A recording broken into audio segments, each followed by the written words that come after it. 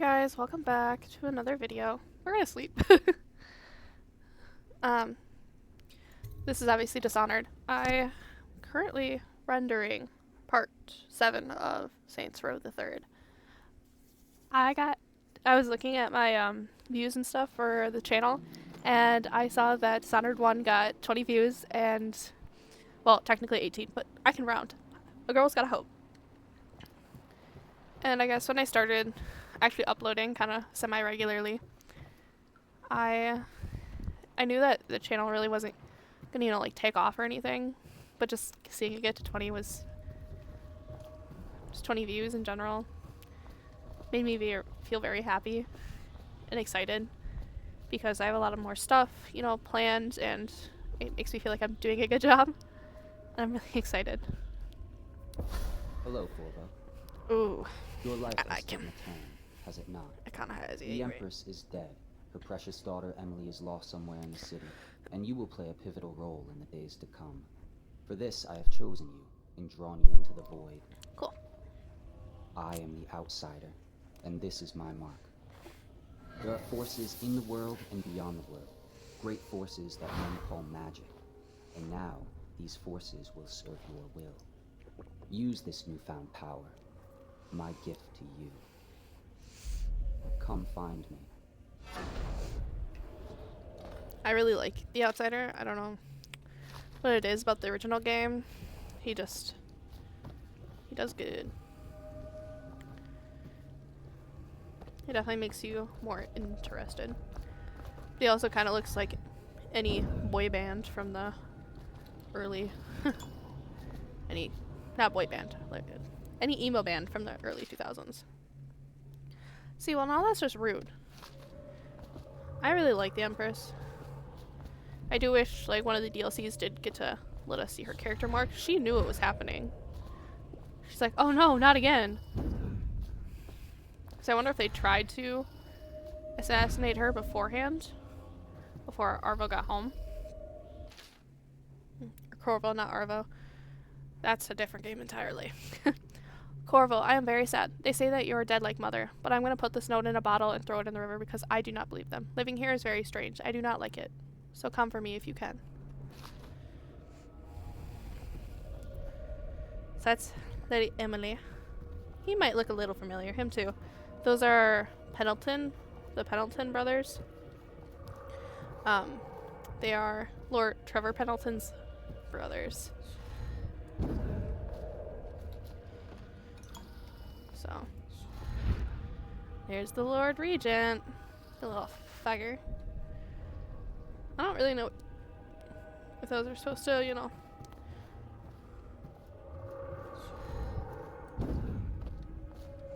Those are tall boys. We will get plenty of time with them. I love this blink power. It's great. We will be doing some more blinked power stuff later.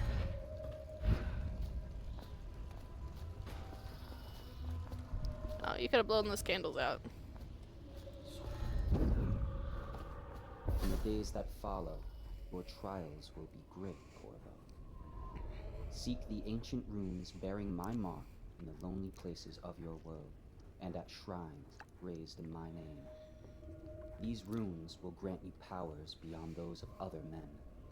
To help you find these runes, I give you this, the heart of a living thing, molded by my hands. With this heart, you will hear many secrets, and it will guide you toward my runes, no matter how they may be hidden. Listen to the heart now, and find another rune.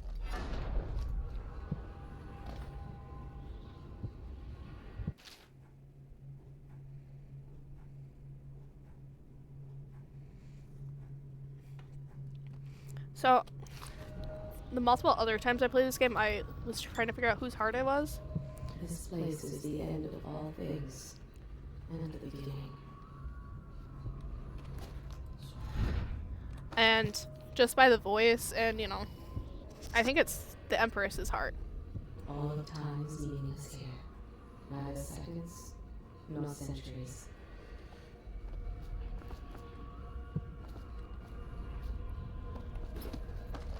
Someday this place will devour all the lights in the sky. The one who walks here is all things. Cradle songs of comfort and bones gnawed by teeth. My guess is he's like a deity of some kind.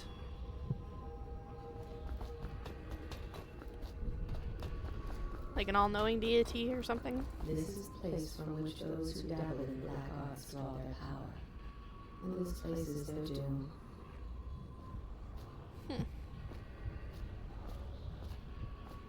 I can feel a great age ending. Yeah, she does say that often. This place is the end of all things. And Ooh. the beginning. We almost just died.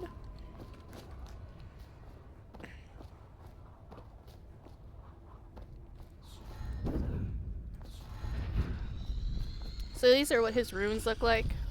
They're kind of cool.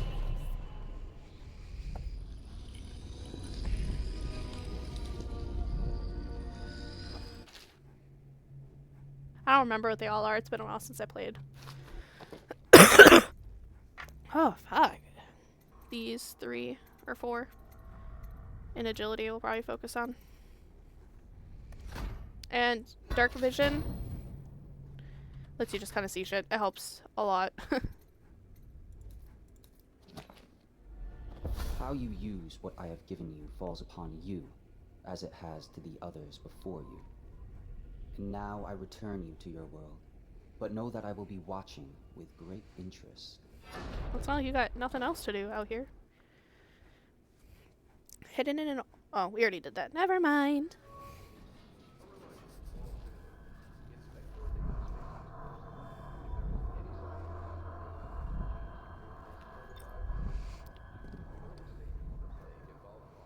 Oh.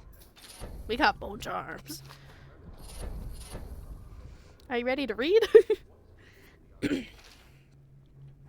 Of course I'll tell you, dearie. I won't keep any secrets from you in the end. Of all the dreary days are like the windows of a house. From the kitchen I can see into the garden where the leaves and the stalks are brown and bug-eaten. You can see a little lump of dirt. Something was wrapped in a blanket and laid to rest along the rows of twisting vines.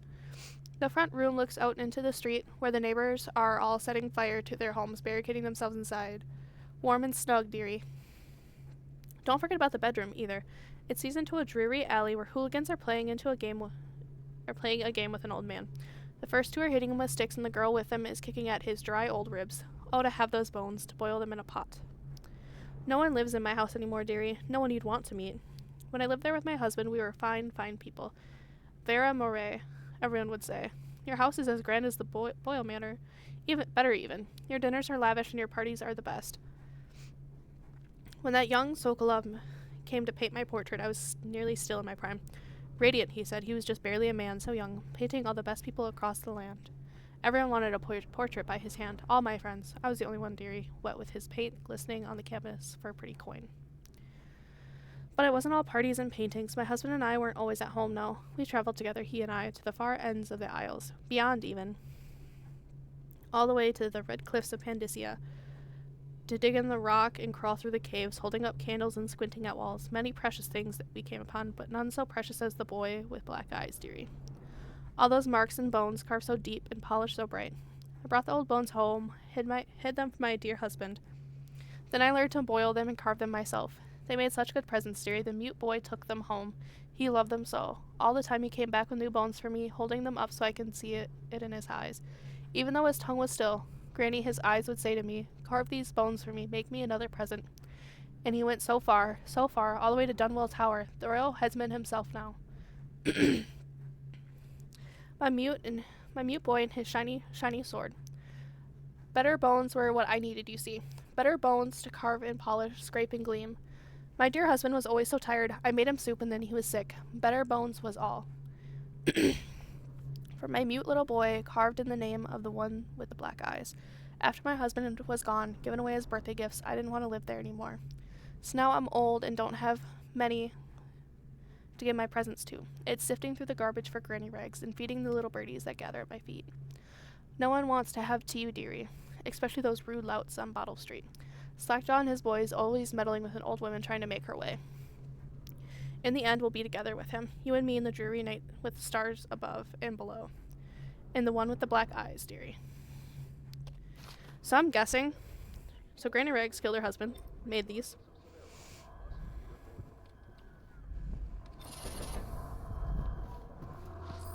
Ugh, okay.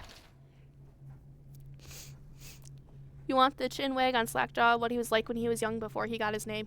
Oh, he got a cool head now, but he wasn't always like that in the days before he was the boss of the Bottle Street Gang. Time was, young Slackjaw wasn't such a reasonable man. Like most of us, he grew up on the streets, running with a pack of ragamuffins and avoiding the law, pinching whatever he needed. Dark-haired and dark-eyed, smoking a pipe by the age of 10. For them born into brothels or coming from orphanages, it was either the gangs or working with the mudlarks, and nobody wants that. Some got pressed into the Navy or put down in the mines run by the Pendleton or Boyle families. As hard as it was on the streets, as hungry as we all got, at least we were free.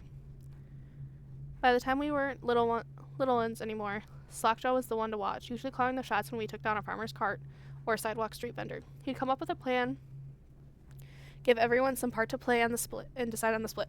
Most of us just went along because we learned fast that we made out better like that. More food, more coin. Plus, none of us wanted to deal with Slackjaw when he was in a rage.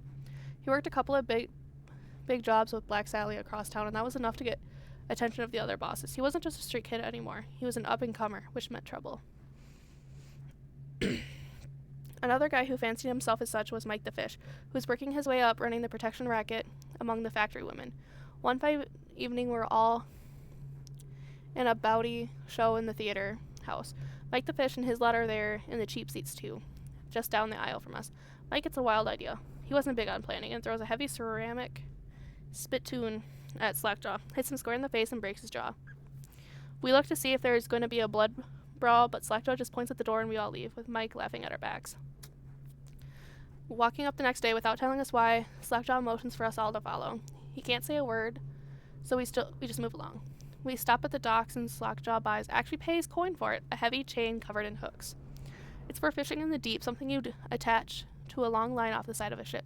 It's about 4 feet, made of thick links, and there are shark hooks coming off it at different angles. Slackjaw's got that thing wrapped around his left arm, dangling on its side. Not sure how he knew where Mike the Fish was staying, but when we reach his girl's house, Slackjaw throws a bottle through the window just like that. It's almost noon, there's a bunch of screaming inside, and Mike pokes his head out, looking wide-eyed and baffled. When he sees Slackjaw out in the street, a look comes over his face that still gives me the willy. Pure murder. Mike comes out the side door, bellowing like a buttocks, holding a cleaver heading straight for Slackjaw. When they come together in the street, Slackjaw spins in the shark hook, bites deep into Mike's arm and shoulder. He screams, but Slackjaw holds onto the chain. He's standing there with his jaw broken, clenched tight, with the chain wrapped around his left arm, hook sunk into Mike the Fish, just knifing him as fast as he can. Mike couldn't fight very well, hooked like that, and using his left hand, he was a big guy, but it took a lot of stabbing before he went to his knees. Everyone was cheering at first, but then it all went quiet. It just kept going and going until finally it was just Mike the Fish blubbering, crying like a baby, and the sound of Slackjaw's knife. When it was over, and here's the brilliant part, Slackjaw took out a note and stuck it to Mike's face with a nail. It said, "If you want a job, come to Bottle Street." Slackjaw didn't talk right for a couple of months, but word spreads fast. By the end of the year, once we had a sizable gang going, he sent out letters to the other bosses telling them he was running a brand new crew on Bottle Street. Most of them laughed or beat up the guys who delivered the letters. Green-eyed Trish even came back missing a thumb, but apparently Slackjaw was expecting that kind of reaction and had a backup plan. A week later, 4 of the bosses were dead. It seemed like a series of unfortunate events, but everyone knew better. One shot dead by the watch while standing in the middle of a meat market, another slipping and falling into the water out cold. One of the other bosses found in his bed with his belly opened wide and a Tivian pear shoved in his mouth. Still not sure what that meant. Angelia's Barnworth was found bubbling in a cauldron of hot wax. Slackjaw sent out another set of letters, offers to the underbosses telling them they'd be treated fair as peers. He even sent green-eyed Trish with one of the letters. All of the bosses accepted. After spilling the guts of his main competition, Slackjaw went in for stabilizing his business real neat-like, calling in favor, smoothing things over, giving everyone a little bit of coin or drink as a bonus, showing what the city could be like as a boss. So everything got quiet, which always made the boys of the City Watch nervous, of course. Word went out among the Royal Spymaster Snitches, the Responsible Citizens Group they called themselves, telling everyone working in a shop or sweeping off the front steps of their house to keep a watchful eyes for Slackjaw and his men. trying to suss out what they were up to and what had just happened. But Slackjaw ain't stupid. He greased a few palms among the shopkeepers in the watch too, telling him that he was in town to stay and that things would be run properly from now on, without so much blood.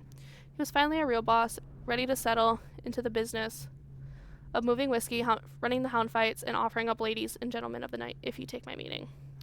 Then the plague came. I'm gonna just summarize this paragraph. He offered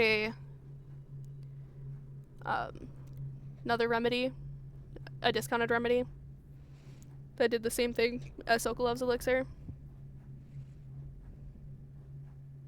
That did not work as well. When the Empress died, Dunwall slid into the void. And the watch started using Sokolov's technology, cracked down on Slackjaw.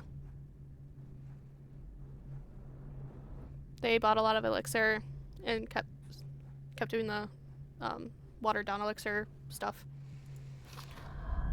That was a long one. So if you use the heart, it can do this too. Somewhere in the basements below, Hound kills Hound, and light changes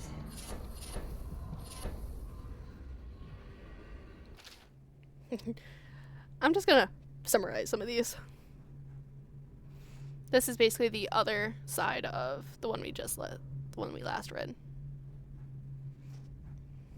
Basically, it's taking a lot longer to suppress the gang activity than they thought. If it's talking about, this might be when Slackjaw is still learning how to re-talk with his broken jaw. Empress doesn't care about it's talking about the royal executioner, who is mute, by the way. The Empress doesn't want to just start lopping heads. That's not what she wants to do. She's more of a trusting person. Doesn't really think about traitors. Spent a lot of time with the Royal Protector. He can help immediate threats, but cannot stop any, poisoned wine glasses or less obvious threats to her safety. It should require more meticulous efforts. Lady Emily is undisciplined because her mom spoils her, so they should be more strict with her and have her know how to run an empire instead of, being a kid. Like the Waterlock gate that we came in the beginning. Empress still wants to have access to the streets. He worries too much, and he feels like it's not overwhelmed or not welcomed. So, and that was the previous spymaster, not the one that killed the Empress. Oh, this is Dodd is the assassin that killed the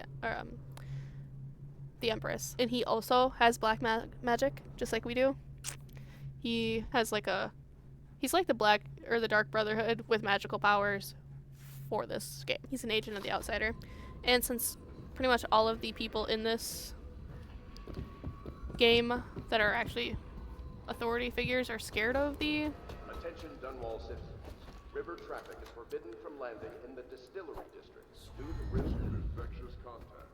Violators will be taken to the There we go. Heck yeah. Deals are made here, sometimes under the influence of wine, and sometimes the influence is the point of a knife. The river's The silting up. Roman has a good heart and respects you. See? We literally just, do what you want. But If you like, we won't use it. Before the sun rises, they toss any casualties into the river. Men Well, or let's hound, get down to it. they all go. First off, I know that assassination is dark business, but sometimes good men have to do bad things to make the world right. Our purpose is clear. We want to restore Her Majesty's line by finding and putting Emily Caldwin on the throne. To those ends, we'll hide, act in shadow, take them apart, piece by piece. Tonight, High Overseer Campbell dies by your hand. It won't be easy. He's protected by his overseers, an army of religious zealots. But if anyone can do it, you can. Your exploits are legendary. Campbell carries a private journal. Once you've eliminated him, get the journal, because we think it contains Emily's location. Recovering her is obviously critical, assuming she's alive. That's the gist of it. Remember our cause and strike true. We're counting on you. sorry, my blanket fell on the ground. Campbell is holding a former overseer by the name of Martin. He's one of us, and if you manage to find him, give him whatever help you can. He's a master strategist, and he got caught working for our cause. It'd be good to have him back here to help us. Anyway. Oh!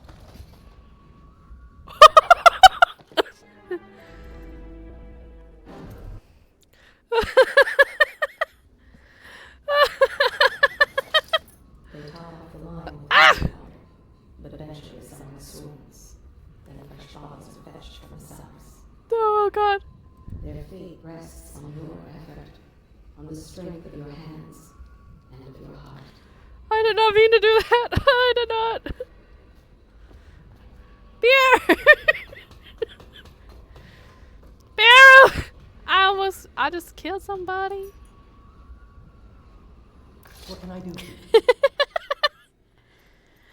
Oh my god, that was so funny. I don't know why it was so funny to me. It just was. Oh, I'm sorry. That shit was still so funny. Corvo. Hello. Krista. I work here for Admiral Havelock. I'm sorry to intrude on your business, but this is important. I suspect you're going to kill the High Overseer. That wretched man. There's really no reason for you to listen to me.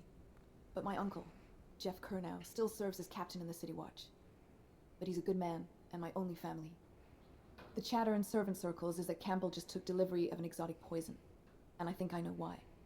My uncle's not corruptible like the rest of them. Campbell is going to poison my uncle. Do you think you could protect him? You used to do that, right? Before you had your current profession. Before you became an assassin.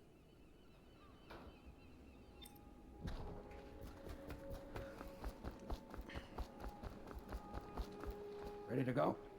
I'm Let's give ready. the signal. I'm ready.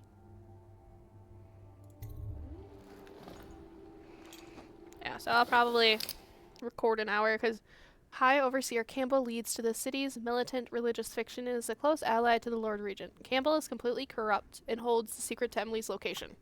Infiltrate the office of the High Overseer, steal Campbell's journal, and eliminate him. An ally to the Loyalist, Martin is being held there. Free him and allow him to escape. But you know, like we do, you know I'm not going to just do that right away. There are side missions for each It'll be a section. rough trip. Used to be to go straight up Clavering Boulevard, but now it's not so easy. Half the city's dead of the plague. The other half's fighting over what's left. City Watch still holds the bigger streets, and they've set up those wall of light checkpoints. A man walks through one of those, and he ends up burned to a crisp. Everything not controlled by the City Watch is gang territory. Then there are the real odd birds living on the fringes like that Granny Rags. They say she's nuts. Don't know which is worse. Just take your pick.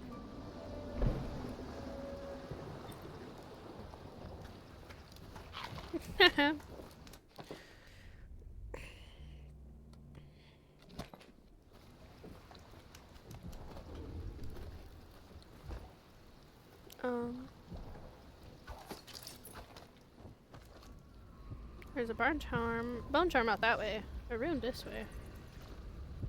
Let's go. Midnight. But easy, damn it. Keep him in the boat. Canal's got enough shit in it as it is.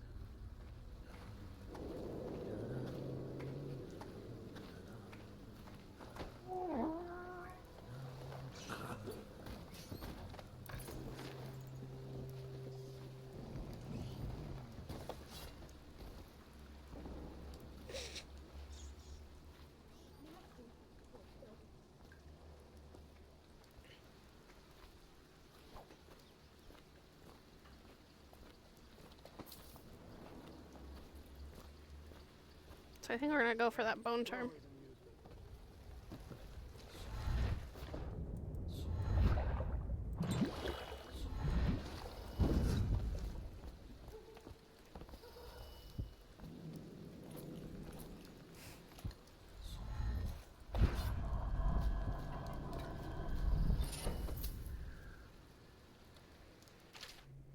This is another like song, so just show it to you.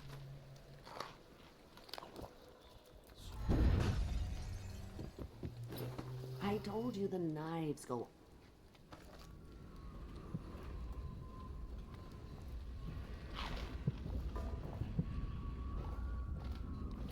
Now this lady is a little nutty, but this is Granny Rags from the book we were reading earlier.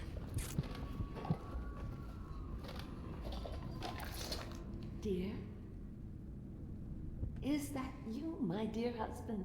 The one she killed. My eyes aren't what they used to be. Have you seen my little birdies? Ah, the dear things must be starving without their granny. Here, birdies. Here. Oh, my.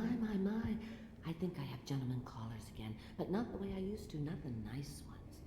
I hear them, and they're not very polite ones either. Granny Rags, let us in. Ah, well, they'll go away again if they know what's good for them. But what a bother. Here's the key to the front door, love. You'll see to those ruffians, won't you?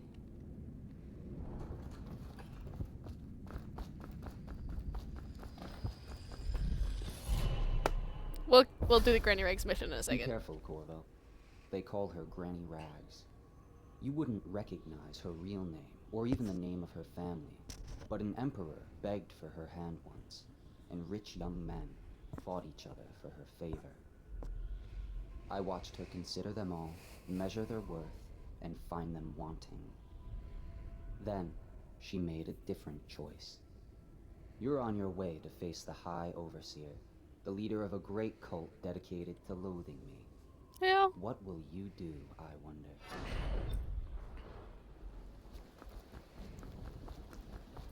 They are very cult-like, though. You gotta think about the way that they are also, like, I you think know. the little birdies are sad today. Let us in, Granny. Oh no, that's not a nice thing. Just garbage. Garbage. All of it. We're here to take your person. Okay.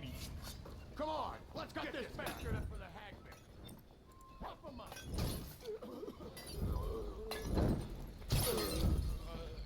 Go down, you pig. Cool. They've always gone on the left. You never listen. Nope.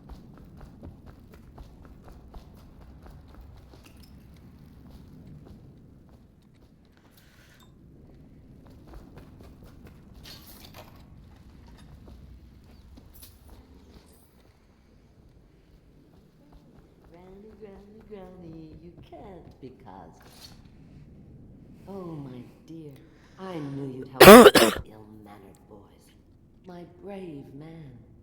Listen, Granny has a birthday present for you. I got it from the outsider, and now I'm giving it to you. Go on, it's upstairs, on the vanity. I think you'll cut a nice figure with it. Remember how we used to dance? Our parties were even grander than those at the Boyle Manor. Everyone wanted to come. I kind of want to hear what the Queen has to say about her. Oh no, that's not a nice thing. Just garbage. Garbage.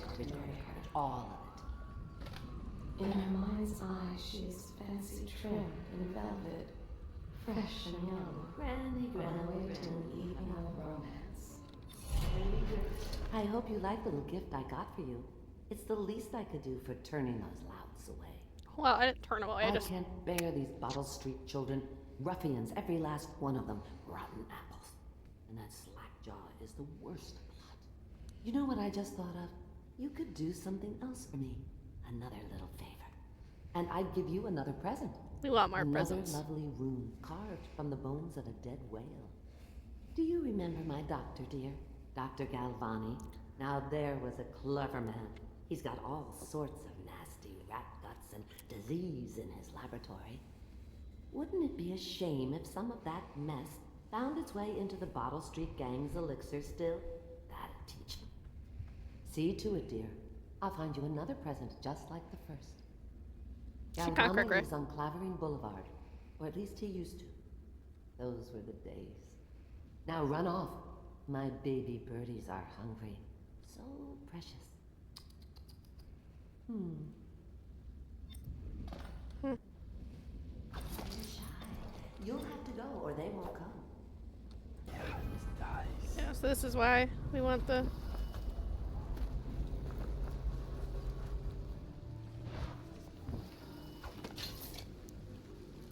I'm trapped.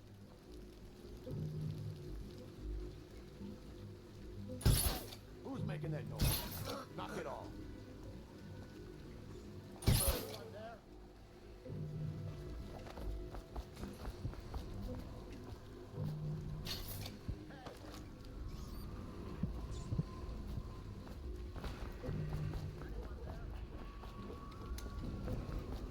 They don't really need the bullets, but I'm trapped. why? I owe you, brother. I won't ask about the mask. I wouldn't want my face seen either, pulling a stunt like that. You know what? I'll return the favor. Come by Griff's shop. That's my business. Well, it He's was more at one expensive than time, Piero, by but the now way. I'm reduced to scavenging things from here and there as the city dies. If you need anything, I wouldn't mind trading for a little money. Maybe someday the plague will blow over and everything will go back to normal. But until then, it's scavenging for me. What the?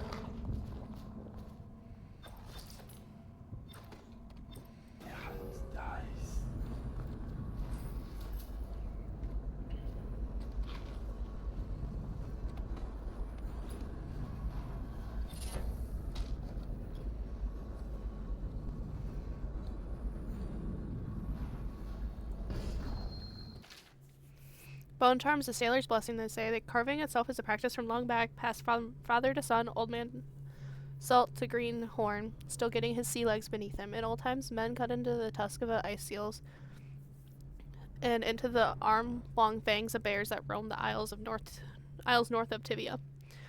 Once the whale trading began, the practitioners went to engraving the bones of those great beasts, rendering charms that sing in the night and grant some small boon to man's vigor or defense against pregnancy.